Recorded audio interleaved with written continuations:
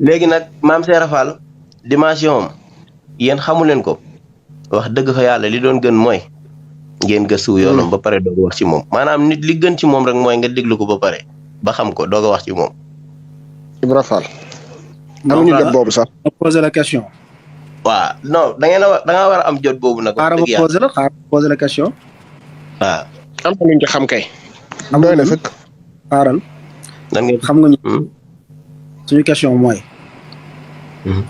lan la diine islam wax ci Baye Fall bu bàyyi julli bàyyi ku bàyyi julli bàyyi woon moo xam Baye Fall nga tuddee sa bopp moo xam loo tuddee sa bopp. lan mooy àtte l'islam ci loolu. ana preuve bu Baye Fall ci seen ñàkk julli ak ñàkk woor yow léegi l'islam. soo sa xam-xam mu gàtt. waaw ku bàyyi julli bàyyi woor ci diine l'islam luy àtteem. man de giñ naa ko ci yàlla am na loo xamante ni bii yéen a ngi koy def lu gën a garaaw. yow tontul question bi ngay dem di wax.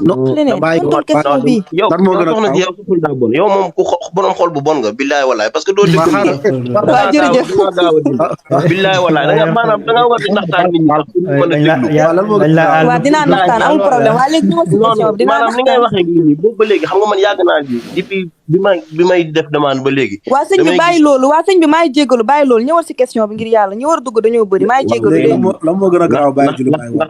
naxtaan leen ñu dégg ngeen. bu ko defee naa la ndax ñu naxtaan mën amul problème. mais bu ngeen indee seen xol yu bon yi dañ leen di déglu te du ngeen mën si ñun dara wax dëgg yàlla. da ngeen di wax ak ñun daal comme ni ko yonent bi doon defee. parce que daan na dem fenn sañu di leen di sànni xeer ak yooyu mais borom xol bu bon mënul lijjanti dara. waaw dégg naa la nag doy na léegi ñëw. waaw ok léegi da nga ne am na lu gën a garaaw bàyyi julli bàyyi woor loolu mooy lan. mu ne. da nga ne am na lu gën a garaaw bàyyi julli bàyyi woor. parce que du question ne bàyyi julli bàyyi woor rek mooy tax nga am bàkkaar. parce que yàlla moom sa war am moom àjjana déglu ma déet wax ma bàkkaar ku bàyyi julli bàyyi woor yéefar nga laa wax yéefar. am na yéefar yu dugg àjjana. am na yéefar yu dugg àjjana. ana preuve bi. ana preuve bi maanaam déglu rek. ana preuve bi Bachir lan moo lan moo tax ñu ne. lan moo tax ñu ne ku am benn melo yàlla. doo dugg sawara te am na yéefar yoo xamante ni bii. danoo yaru tab.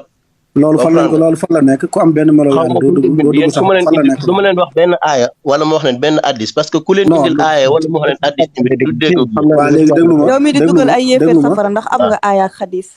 xaw ma si dara daal waaye en tout cas xamal naa leen. aljana la leen dugal kay.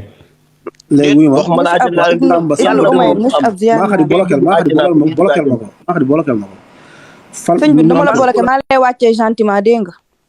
donc ay yéefar micro bi laa bëggoon nga aljana. kii micro bi la bëggoon ba. ah micro bi nga bëggoon. micro bi laa bëggoon nga bloqué. xaaral ma yëgalaat ko kon. yëgalaat ko micro bi laa bëgg nga bloqué. nu mu tuddati sax moom de nee na damaa bon xol ndey. Samba la tuddoon Samba.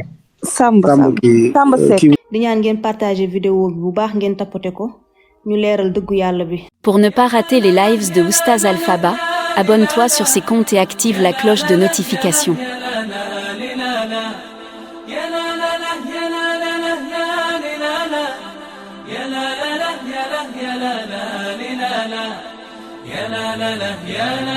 Live Oustaz Alpha Ba, chaque samedi soir à partir de 22h.